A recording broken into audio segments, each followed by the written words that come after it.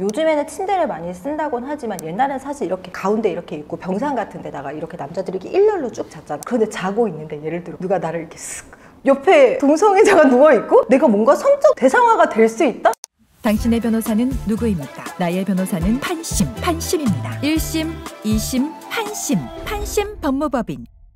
안녕 판심이들. 판심이들 중에 남자들 많지. 남자들은 대부분 군대를 가잖아. 군대 생활 어땠어? 현역으로 가면 다들 그치 힘들지. 옛날엔 3년이었는데 점점 개월수가 줄어들었는데 2, 3년씩 군대에 있는 거는 난 여자들 입장에서는 굉장히 고마워할 일이라고 생각하고, 나 같은 경우에도 사법시험을 되게 빨리 합격할 수 있었던 게 처음 이제 서울법대 1학년 들어오면 남자들은 고민을 하기 시작하거든. 나는 사법시험 세대니까 1학년 때 바로 군대를 갔다 오고 나서 본격적으로 이 사법시험 공부를 할 것인지 아니면 그냥 공부를 하다가 일단 붙고 군법무관으로 가는 게 이제 베스트 케이스인데, 그게 아니라 다시 공부를 하다가 시험에 떨어지는 경우가 있잖아. 그렇게 되면 이제 군대를 중간에 끌려가야 되는 경우가 생기니까 거기에 대한 고민을 되게 많이 해. 만 25세? 막 이때 합격을 했던 것 같아. 그러니까 사실 되게 어린 나이에 합격을 했고, 내가 만약에 그 사이에 뭐 2, 3년을 군대를 가봐, 내가 사법시험 공부할 시간이 되게 줄어들잖아. 그러다 보니까 남자들은 아무래도 자기의 청춘에 되게 중요한 시기에 군대를 가기 때문에 군대 생활이 누구나 되게 중요하게 느껴지고, 우리나라는 일단 남북 분단 관계에 있고 군 문제가 굉장히 중요한 문제라고 생각을 하거든. 그래서 군대에서 여러 가지 일어나는 일에 대해 합리적으로 해결이 돼야 된다는 생각도 있고, 부모님들 입장에서는 이게 아무래도 격리가 되어 있고 어떤 일이 일어나는지 모르니까, 얼마 전에도 우리가 여 중대장 사건에 대해서 다뤘지만 군대에서 이런 사망 사고가 일어나도 원인 규명도 제대로 잘 안 되고 군대 내에서 다 처리를 하다 보니까 이게 되게 불투명하게 되어 있잖아. 그래서 이런 부분을 좀 해결을 해야 남자들이 안 그래도 힘들게 군대에 가주는 건데, 여기에 대해서 국가적으로도 나는 군대 내부의 폐쇄적인 문화에서 조금 나와서 이런 부분을 해결할 필요는 분명히 있다고 생각을 해. 그렇다면 이제 모두 남자들이 일단 가 있는 상황에서, 요즘에는 침대를 많이 쓴다곤 하지만 옛날엔 사실 이렇게 가운데 이렇게 있고 병상 같은 데다가 이렇게 남자들이 이렇게 일렬로 쭉 잤잖아. 그런데 자고 있는데 예를 들어 누가 나를 이렇게 쓱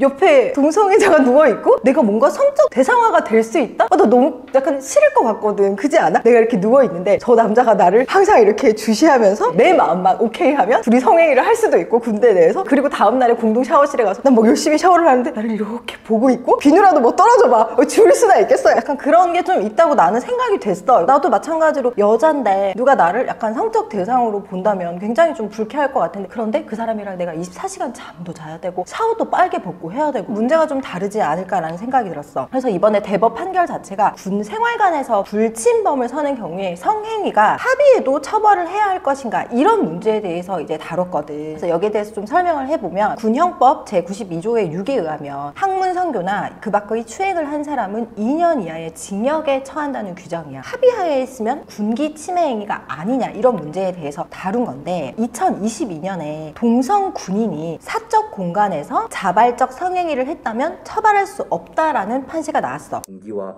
성적 자기결정권이라는 두 가지 보호법 중 어떤 것도 침해하였다고 보기 어려운 경우까지 처벌 대상으로 삼는 해석은 허용될 수 없습니다. 군인이라고 할지라도 휴가를 나와서 여자친구랑 모텔에서 성행위를 했어. 그거 처벌할 수 없잖아. 그런데 최근에 나왔던 사건은 이거야. 충남 논산의 한 육군 부대에서 함께 근무하던 군인 B씨와 유사 성행위를 한 혐의로 A씨가 기소가 됐어. 문제된 행위는 두 가지가 있었는데, 첫 번째는 A와 B가 이제 합의하에 했다는 건 일치를 해. 한마디로 이제 동성간 성행인 거지. 근무 시간이 아니기는 했어. 그런데 막산에 생활관 내에서 성적인 접촉을 한 거야. 근무 시간이 아닐 때 생활관 내에서 성행위를 했다? 여기에 대해서 이제 어떻게 생각하느냐의 문제인 거고, 두 번째는 불침범을 새벽에 서고 있는데 화장실에서 유사 성행위를 한 거야. 검찰은 학문성교나 그 밖의 추행을 한 군인은 2년 이하의 징역에 처한다고 한 군형법에 따라서 재판에 넘겼어. 쟁점은 두 사람의 성적 행위가 군형법상 추행에 해당하는지 여부야. 과거 법원은 남성 군인 간의 성적 행위 접촉이 적발되면 합의 여부와 상관없이 무조건 위법하다고 해서 처벌해 왔어. 그런데 대법원 전원 합의체가 2022년 4월 영회 독신자 숙소에서 합의하에 한 성행위를 남성 군인들에게 무죄 판결을 한 거야. 그 당시 전원 합의체는 동성 군인 간 성행위가 사적 공간에서 자발적으로 이루어지는 등 군 내부의 건전한 생활과 군기를 직접적 구체적으로 침해한 것으로 보기 어려운 경우에는 처벌할 수 없다, 이랬을 때 군기 침해가 뭐냐, 군기 침해라는 기준을 어떻게 적용할지 두고 굉장히 논란이 있었어. 독신자 숙소가 일반 직업 군인들 같은 경우에는 자기 집에 살 수도 있고 관사처럼 이제 독신자 숙소가 제공되는 경우가 있잖아. 만약에 보통의 여자친구도 드나들 쓸 수 있는 장소라면 남자든 여자든 뭐 동성 간의 뭐 성행위가 사적 공간이라고 완전히 볼 수 있다면 사실 문제되지 않겠지만 과연 이 독신자 숙소 자체가 일반 공무원의 관사와 마찬가지로 완전 사적 공간으로 볼 수 있냐, 사실 이런 문제도 대두될 수 있었다고 보기는 하거든. 그런데 이제 이번 사건에선 좀 다른 게 생활관이야. 다들 같이 자고 생활하는 생활관 내부에서, 물론 근무 시간은 아니었지만 군대라는 것의 특수성 자체가 생활관이 같이 생활을 하기 때문에 정말로 이게 사적 공간이냐? 난 이런 문제가 있다고 보거든. 왜냐하면 나만 해도 과학고등학교를 다녔잖아. 기숙사 생활을 무조건 의무적으로 하게 되어 있어. 여자 4명이서 방을 쓴단 말이야. 사이언스 스쿨이라고 해서 이 기숙사동이랑 학교 동이랑 이렇게 S자로 이렇게 연결 구름다리가 있어. 그래서 기숙사에서 막 자다가 아침에 이렇게 가가지고 수업을 받고 다시 이렇게 돌아오는 시스템인데, 가끔 애들이 아프다라는 핑계로 조퇴되거나 기숙사동에 있는 경우가 있어. 과학고등학교도 학교가 하교를 하고 나면 뭐 학교가 뭐 4시, 6시에 끝나잖아. 이건 끝난 시간이잖아. 그런데 내가 없는 사이에 그 방은 우리 다 같이 쓰는 방인데 그 방에서 나의 지배권이 완전히 상실될 수도 없다고 생각이 되는데, 그 방에서 누가 아파가지고 다른 여자애가 간호해준 그런 경우가 아니잖아. 그래서 이걸 나는 근무 시간이 아닐지라도 생활관에서 우리 모두가 잠도 자고 샤워도 하고 2, 3년 동안을 같이 생활하는 공간에서 그런 이 문제가 난 있다고 생각을 했거든. 두 번째는 근무와 관련성이 있다라는 거야. 불침범을 서다가 화장실에 가서 유사성애를 했어. 여기에 대해서 1심은 징역 4개월의 선고유예 판결을 내렸어. 그런데 2심은 완전 무죄를 선고했어. 첫 번째, 생활관에서의 행위에 대해서는 격리생활관에서 따로 생활하면서 근무 시간이 아닌 때 이뤄져 군기를 직접적 구체적으로 침해했다고 보기 어렵다. 2심이 무죄를 선고한 두 번째 이유는 불침범 행위 중에는 근무 시간은 맞지만 지극히 사적인 영역인 화장실 내에서 은밀하게 이루어졌으므로 임무 수행에 지장을 주었다고 단정하기 어렵다, 이렇게 판단을 했어. 그런데 대법원은 2심을 뒤집고 생활관 내에서 성행위, 근무 시간 내에 화장실에서의 성행위 모두 유죄로 판단했어. 대법원은 생활관은 군사훈련 내지 집단적 단체 생활의 일부로 군율과 상명하복이 요구되는 공간이고, 불침범 근무 중인 군인은 엄연히 군사적 필요에 따른 임무를 수행 중인 상태라며 A씨와 B씨의 행위가 근무 시간이 아닌 때 이루어지거나 외부와 단절된 장소에서 은밀하게 이루어졌다는 점에 주목해서 군기를 침해하지 않았다고 본 2심의 판단은 잘못됐다고 판단했어. 편심이들, 이거 어떻게 생각해? 댓글들을 좀 읽어주면 여러 가지 다양한 댓글이 있었어. 군기 침해 맞습니다. 특히 내무반 같은 좁고 여러 명이 생활하는 곳에서. 영내에선 숙소든 뭐든 일과든 잠정적 대기 상태 아니냐. 영내에서는 군법을 적용받아야지 병사들끼리 화장실에서 좀 그러고 있는 것은 군기 침해 행위에 해당한다, 이런 댓글이 있었고, 회사 사무실 비었다고 회사에서 성교하냐, 그것도 규율과 기강이 바로잡혀야 하는 군대에서. 약간 일리 있어. 그치? 우리 회사에서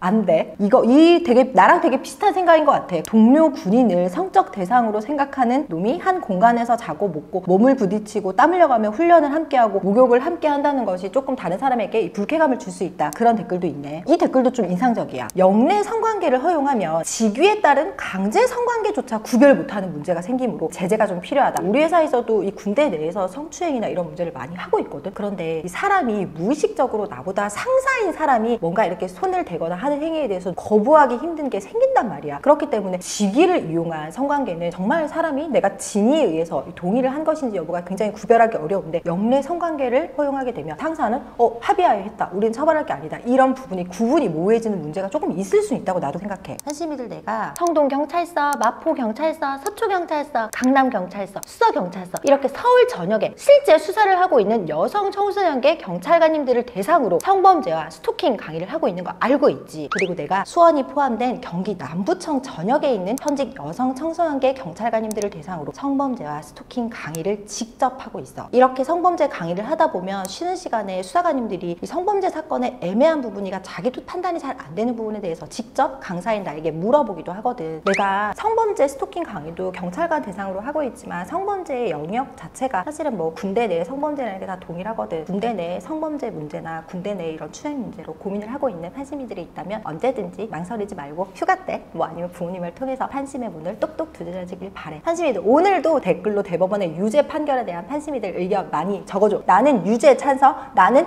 유죄 반대, 이런 식으로 많이 적어주길 바래. 판심이들 안녕. 1심, 2심, 판심. 판심 법무법인